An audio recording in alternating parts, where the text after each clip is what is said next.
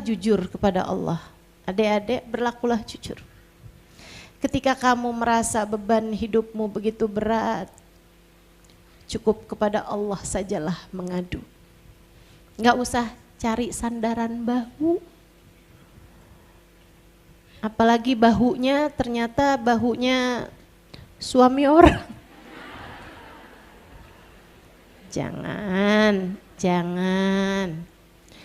Jangan main-main sama hidupmu. Sebab kamu akan hidup 2 kali di dunia dan di akhirat nanti. Jangan jadikan hidupmu di dunia sebagai cara Allah untuk menyengsarakan hidupmu yang di sana. Jangan main-main sama kehidupan. Jangan, kamu tidak sedang berada dalam masa percobaan. Kamu tidak sedang berada dalam masa percobaan. Kamu hanya punya 1 nyawa untuk kamu jalani hidup di atas muka bumi ini. Gak bisa kamu ulang lagi nantinya. Maka pastikan kamu hanya akan memilih kebaikan demi kebaikan. Ngadunya sama Allah aja. Kamu sedih, ngadu sama Allah. Kamu senang, sampaikan pada Allah. Kamu berat, bilang sama Allah. Hatimu merasa terluka, sampaikan kepada Allah. Bilang, ya Allah, berikan padaku kekuatan untuk menjalani kehidupan seperti yang Engkau inginkan. Jangan biarkan saya terpedaya ya Allah. Jangan biarkan saya tersesat jalan ya Allah. Jangan sampai saya salah memilih tujuan ya Allah. Minta bimbingan dari Allah. Kayak Sayyidah Maryam, jujur dia. Dia gak bilang gitu, ya Allah, saya akan bersabar apapun yang kau putuskan. Enggak. Sayyidah Maryam jujur sama rasa yang ada di dalam dirinya. Dia bilang, ya laitani mittu qabla hadza. Andai saja saya mati sebelum ini ya Allah. Wa kuntu nasyam mansiya, dan saya jadi seseorang yang terlupakan begitu aja. Kayak yang gak usah jadi tanda kekuasaanmu deh ya Allah. Gak apa-apa saya daripada sakit kayak begini. Subhanallah. Fanadaha min tahtiha. Allah kemudian memanggil dari arah bawahnya. Kenapa kok suaranya tuh kedengarannya justru dari arah bawah? Karena Allah hendak menghibur. Subhanallah. Ibu, kamu kalau lagi marah sama anakmu, kamu akan minta anakmu untuk mengangkat wajahnya kepadamu. Anak kecil nih, kamu udah dewasa, kamu lagi marah sama anakmu, lihat mama. Kamu akan bilang begitu. Iya kan?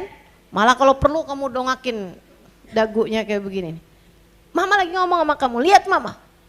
Iya ma. Tapi kalau anakmu yang sedang marah, kamu akan menunduk untuk menjadikan kamu searah dengannya, kalau perlu malah lebih bawah darinya. Kamu yang akan nunduk. Mama enggak gitu maksudnya sayang. Gitu. Allah tuh kayak begitu sama Sayyidah Maryam. Fanadaha min tahtiha.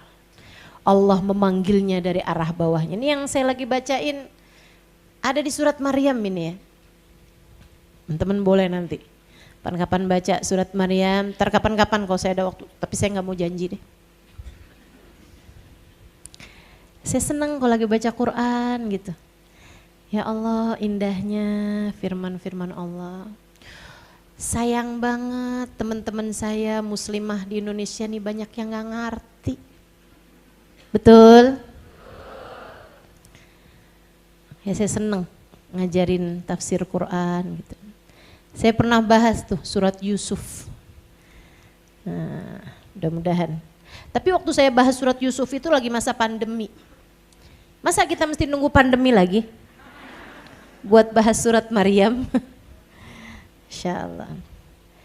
Allah ceritakan fanadaha min tahtiha. Maka kemudian Allah memanggil dari arah bawahnya. Katanya Allah Subhanahu wa taala, "Allah tahzani." Maryam jangan sedih. Cakep bener gak tuh? Tuh adik-adik tuh. Kalau kamu deket sama Allah segitunya, Allah akan bilang, hapuslah air matamu. Aku tak hendak membuatmu bersedih. Allah tahzani, jangan sedih wahai Maryam. Qad ja'ala rabbuki tahtaki sariya. Wahai Maryam, mikirnya jangan kejauhan. Nih, aku kasih air, anak sungai di bawahmu. Allah alirkan air. Karena ngelahirin perlu buat bersih-bersih, perlu buat minum. Allah alirkan air buat Sayyidah Maryam. Kamu kalau dicinta sama Allah, Dek, walaupun kamu gak ada yang cinta, tapi Allah cinta padamu. Itu Allah tuh kayak lagi mau bilang, buat kamu apa sih yang enggak? Allah segera alirkan aliran air. Kamu perlunya apa nih Maryam? Air Maryam. Kamu gak usah mikir kejauhan. Sampai pengen mati segala, jangan nak, jangan sedih, tenang. Kerjain aja yang paling deket dalam hidupmu ini. Apa nih yang kamu perluin apa sekarang? Air. Dikasih sama Allah aliran sungai di dekatnya. Wagarri wahuzi ilaiki bijid'in nakhlah. Apalagi yang kamu perlukan Maryam? Makanan.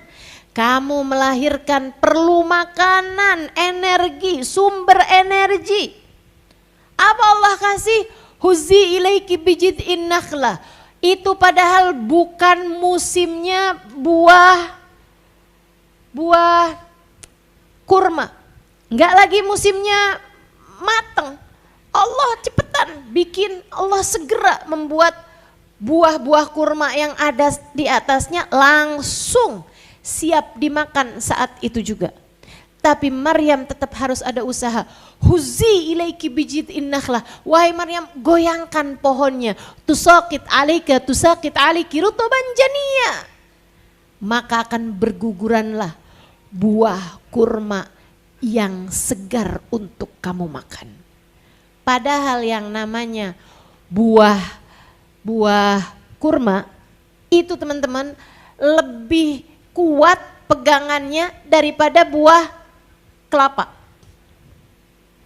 Ada nggak di antara kita yang kita nepok kelapa, kemudian berguguran buahnya? Sekuat apa kita? Nggak ada yang kayak gitu. Tapi subhanallah, Allah kasih itu Sayyidah Maryam, kamu hanya perlu menggerakkan wahai Maryam. Kamu hanya perlu menggerakkan wahai Maryam. Ini juga nih katanya para psikolog ya, kita tuh kalau lagi sedih, kalau lagi depresi, kalau lagi kayak kebebanan sesuatu yang sangat berat gitu. Depresi itu maksudnya bukan gila ya, tapi tekanan. Berada di bawah tekanan yang sangat berat, tetaplah bergerak. Tetaplah bergerak. Sebaliknya, kita tuh kalau lagi sedih kayak gitu tuh kepengennya tuh yang kayak ngurung diri di kamar, menangis di bawah bantal. Saya heran sampai sekarang. Kenapa kok perlu-perlunya kamu nangis di bawah bantal? Enaknya kan di atas bantal. Niru siapa tuh nangisnya di bawah bantal? Saudara sekalian, Allah tuh nyuruh, Maryam geraklah, huzi ilaik bijid'in nakhlah. Gerakkan pohon kurma yang ada di belakang itu, digerakin sama Sayyidah Maryam, langsung buahnya berjatuhan. Sayyidah Maryam memakannya, makanya katanya makanan paling bagus dimakan untuk ibu hamil maupun melahirkan itu adalah buah kurma. Sakit aliki rutuban janiyya fakuli washrabi wa qarri aina. Ini ayat indahnya luar biasa. Pol-polan, tanda cinta. Allah tuh kalau cinta sama seorang hamba bisa sampai segitunya teman-teman. Allah nggak bilang sama Maryam, Maryam berzikirlah, Maryam istighfarlah, Maryam menunduklah. Enggak gitu. Maryam yang taat kamu nak jadi seorang hamba. Enggak gitu. Apa Allah perintah kepada Maryam? Maryam, fakuli washrobi wakurri aina. Wahai Maryam, makan ya nak. Wahai Maryam, minum ya. Wahai Maryam, tenangkan hatimu. Kamu kalau sedekat itu sama Allah, saat susahmu, saat sedihmu, Allah akan selalu menghibur dirimu. Makanlah, minumlah, tenangkan hatimu. Yang tenang, aku akan selalu ada bersama denganmu. Enak jadi hamba Allah tuh enak. Udah, gak usah milih jadi hambanya setan. Jangan deh, jangan. Jangan. Ibu-ibu juga, jangan milih jadi hambanya setan bu. Yang selalu aja menuntut kepada suami, dikasih sedikit minta banyak, dikasih banyak masih kurang aja. Ada banyak tuh ibu-ibu yang kayak begitu di Jakarta. Di Bogor apalagi. Masya Allah, Masya Allah. Udah enak jadi hamba Allah, enak jadi hamba Allah. Pengen apa aja Allah kayak lagi mau bilang gitu. Apa sih yang enggak buat kamu? Tapi kalau kamu mau jadi hambanya setan, setan tuh gampang banget ngecewain. Kamu mau temenan sama setan? Setannya aja enggak selamat loh. Setannya aja nyesel setengah mati loh. Setannya aja kayak gitu kehidupannya, kamu mau jadi budak-budaknya setan? Na'udzubillah, na'udzubillah. Nah, ikutlah di jalan Allah. Menjadi wanita yang Allah mau. Nih belajar dari 4 perempuan ini. Dari Sayyidah Khadijah, kamu belajar tentang ketabahan. Kamu belajar tentang kesabaran, kamu belajar tentang keistiqomahan, kamu belajar tentang cinta. Dari Sayyidah Khadijah kamu belajar tentang cinta. Tentang bagaimana mencintai Allah, tentang bagaimana mencintai Nabi besar Muhammad. Bahkan lebih daripada cinta Sayyidah Khadijah kepada dirinya sendiri. Kuntu amshi amyalan, kata Sayyidah Khadijah, yang dulunya beliau adalah seorang perempuan kaya raya, akan tetapi demi jalan cinta yang dipilihnya, mencintai Allah, mencintai Nabi besar Muhammad sebagai utusan Allah Subhanahu wa taala, yang harus dia bela, yang harus beliau perjuangkan. Sayyidah Khadijah sampai mengalami masa pemboikotan 2,5 tahun. Kuntu amshi amyalan, saya harus berjalan bermil-mil untuk mencari daun-daunan hijau sebagai pengganjal lapar yang sudah tak tertahankan. Ia adalah seorang perempuan kaya raya sebelumnya. Hartanya habis untuk membela dakwah Nabi besar Muhammad. Karena cintanya kepada Allah, beliaulah sebenarnya pejuang yang sesungguhnya. Adik-adik, kakak-kakak, ibu-ibu, saudariku sekalian yang saya muliakan, kita udah dikasih panutan yang jelas tentang bagaimana seharusnya kita menjadi. Kita sudah diberi tuntunan yang jelas tentang bagaimana hidup kita seharusnya mengarah. Kita sudah diberi tauladan yang pasti tentang bagaimana seharusnya kita menjalani kehidupan di atas muka bumi ini. Maka ikutilah jalan mereka. Ikutilah jalan perempuan-perempuan solehah ini. Dari Sayyidah Fatimah kita belajar tentang penjagaan diri. tentang menjadi seorang wanita yang terjaga auratnya, tentang menjadi seorang perempuan yang an la tarahar rajul wala an la tara rajulan wala yarahar rajul. Sebaik-baik perempuan adalah yang tidak melihat laki-laki dan tidak memperlihatkan wajahnya, memperlihatkan kecantikannya kepada laki-laki. Yang bukan suami, yang bukan mahramnya tentu saja. Sayyidah Fatimah, perempuan yang sangat-sangat terjaga sampai meninggalnya. Beliau tuh meninggal, sebelum meninggal tuh udah kepusingan mikirin gimana caranya biar jasad beliau itu ketika meninggal dunia dibawa laki-laki gak pada lihat. Zaman itu tuh belum ada kurung batang, belum ada keranda teman-teman. Sekarang kan ada keranda, jadi kan jenazah itu kan gak kelihatan. Justru yang pertama kali mengawali keranda dalam Islam adalah Sayyidah Fatimah Zahra. Kepikiran beliau, diskusi sama temannya, Asma binti Umais namanya, istri Sayyidina Ja'far At-Tayyar, istri sepupunya Nabi besar Muhammad. Periparan sama beliau, Ja'far saudaranya sama Sayyidina Ali bin Abi Thalib, suaminya Sayyidah Fatimah. Asma, saya tuh kepikiran banget.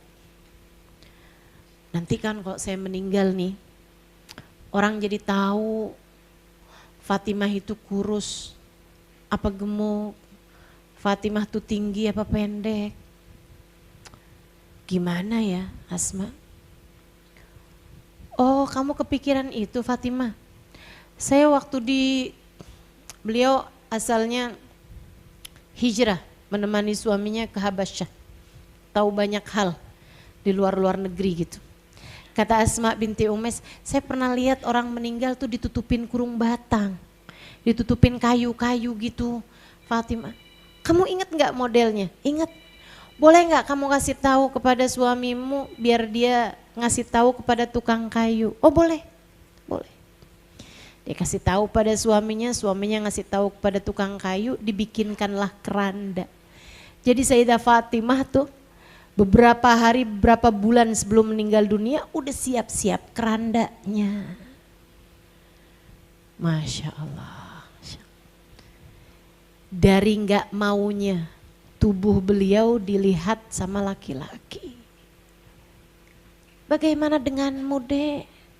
Yang kadang-kadang nyari baju aja yang paling seksi. Nyari baju yang paling ketat di badan.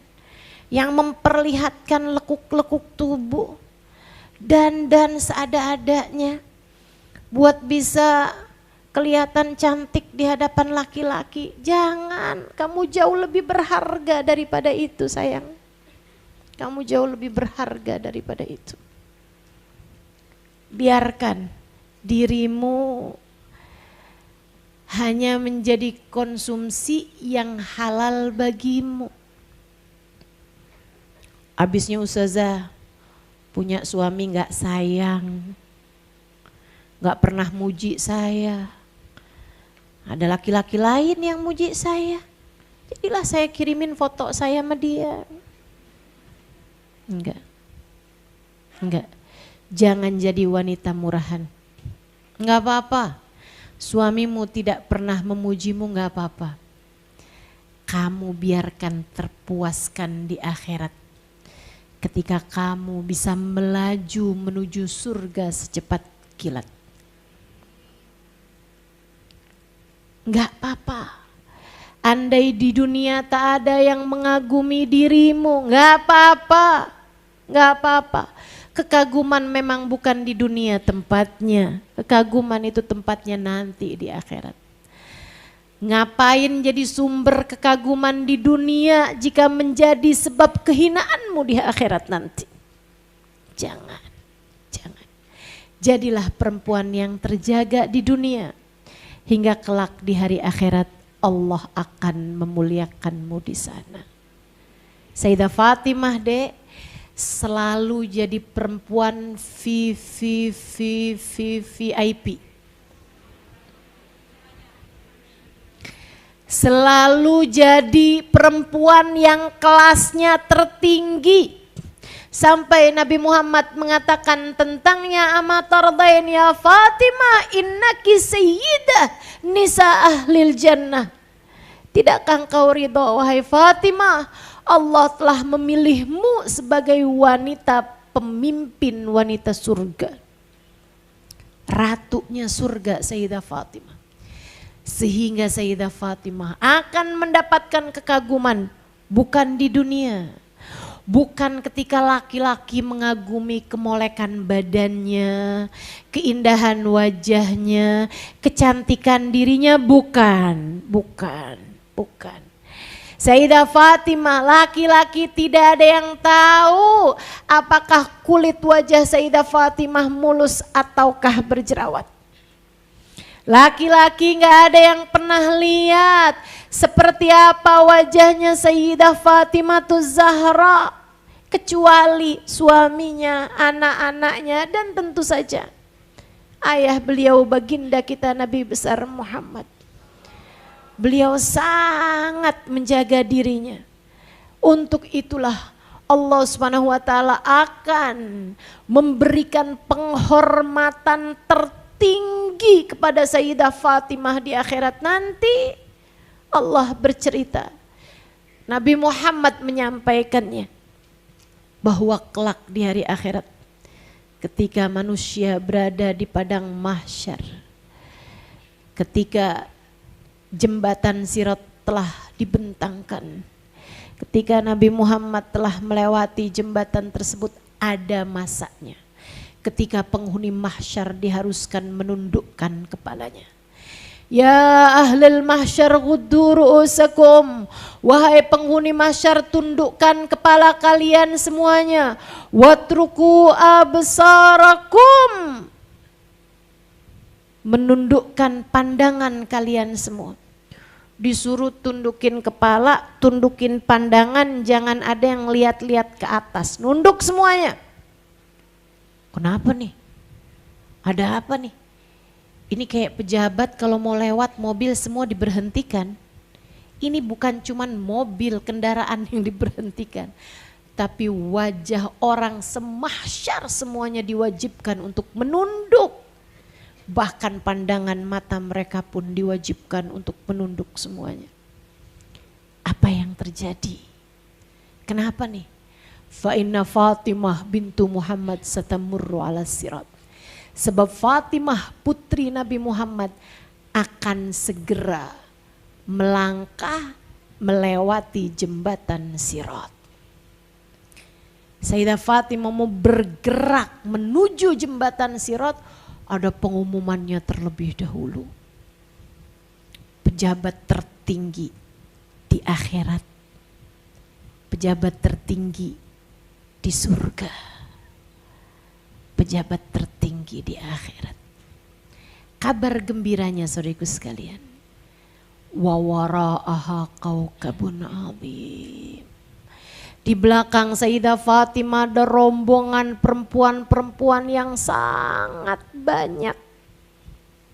Karenanya meskipun malu, meskipun rasanya diri ini tak pantas, tetap saja saya berani meminta kepada Allah, ya Allah jadikan saya salah satunya.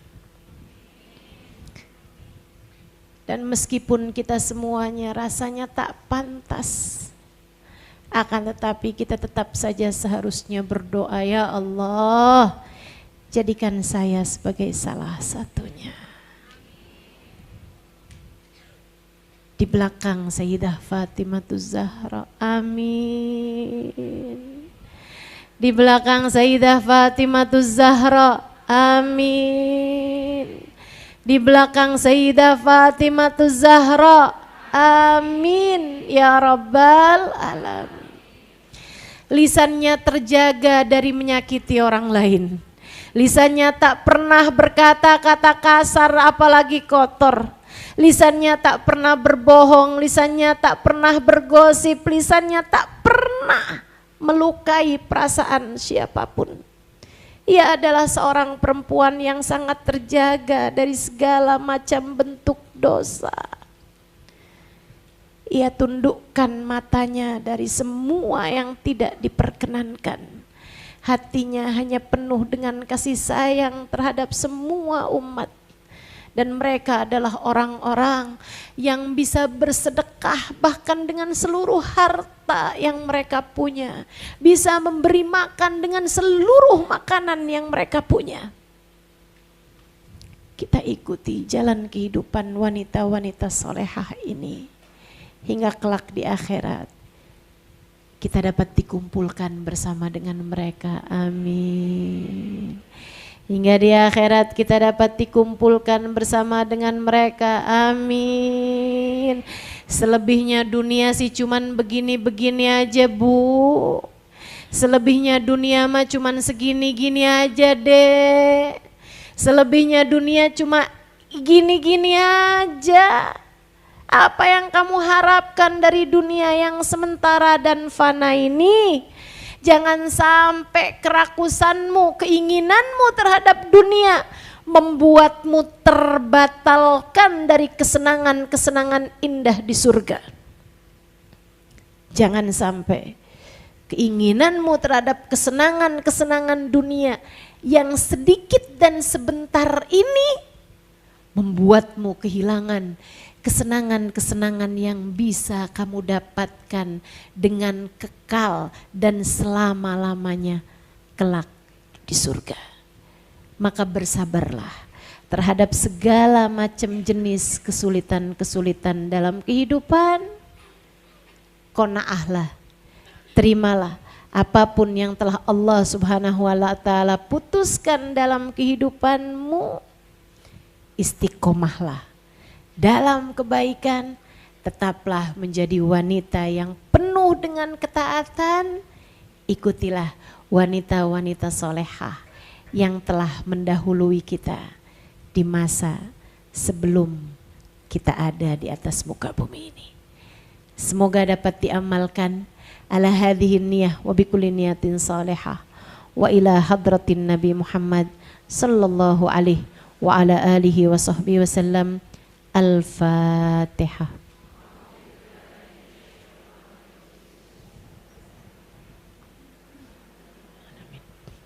Ar-Rahman-Ar-Rahim Maliki Yawmiddin. Ihdinas siratal mustaqim, siratal ladzina an'amta 'alaihim ghairil maghdubi 'alaihim waladdallin. Amin. Allahumma bihaqqil Fatihah. Bi hurmatil Fatihah barakatil Fatihah taftah lana abwabal khair. Tu'amilana muamalat ahlal khair. Takfina min jamil fitan wal mihan bu'us wa dair. Innaka wali kulli khair. Mutafaddil bi kulli khair birahmatika ya arhamar rahimin.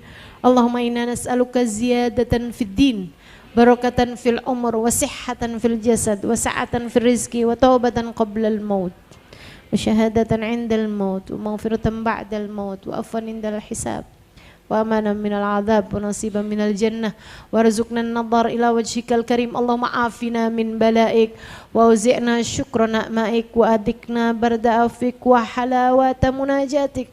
Ya Allah, jadikanlah kami semua wanita-wanita yang salehah, yang jadi istri di antara kami, solehahkan ia ya Allah. Jadikan ia istri yang solehah bagi suaminya. Yang jadi ibu di antara kami, jadikan ia ibu yang solehah bagi anak-anaknya. Anak-anak kami, adik-adik kami ya Allah. Para remaja-remaja kami, jagalah mereka semuanya ya Allah.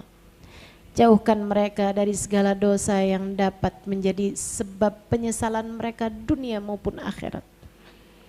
Jauhkan mereka dari segala godaan-godaan ya Allah. Jauhkan mereka dari segala fitnah akhir zaman ya Allah. Jadikan mereka wanita yang terjaga, terjaga hatinya, terjaga pikirannya, terjaga tubuhnya. Jadilah kami semua wanita-wanita yang terjaga ya Allah. Terjaga anggota tubuh kami jauh dari dosa-dosa. Terjaga akal pikiran kami ya Allah jauh dari dosa-dosa. Terjaga hati kami ya Allah, jauhkan dari dosa. Allahumma rabbana atina fid dunya hasanah, fil akhirati hasanah, وقنا عذاب النار بفضل سبحان ربك رب العزة عما يصفون وسلام على المرسلين والحمد لله رب العالمين وإلى حضرة النبي محمد صلى الله عليه وعلى آله وصحبه وسلم. الفاتحة.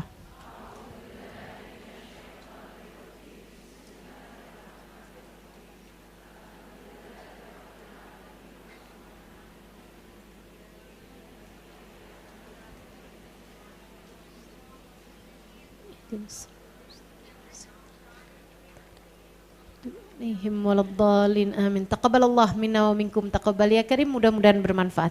Kurang lebihnya mohon maaf. Billahi taufiq wal hidayah wal afu minkum. Wassalamualaikum.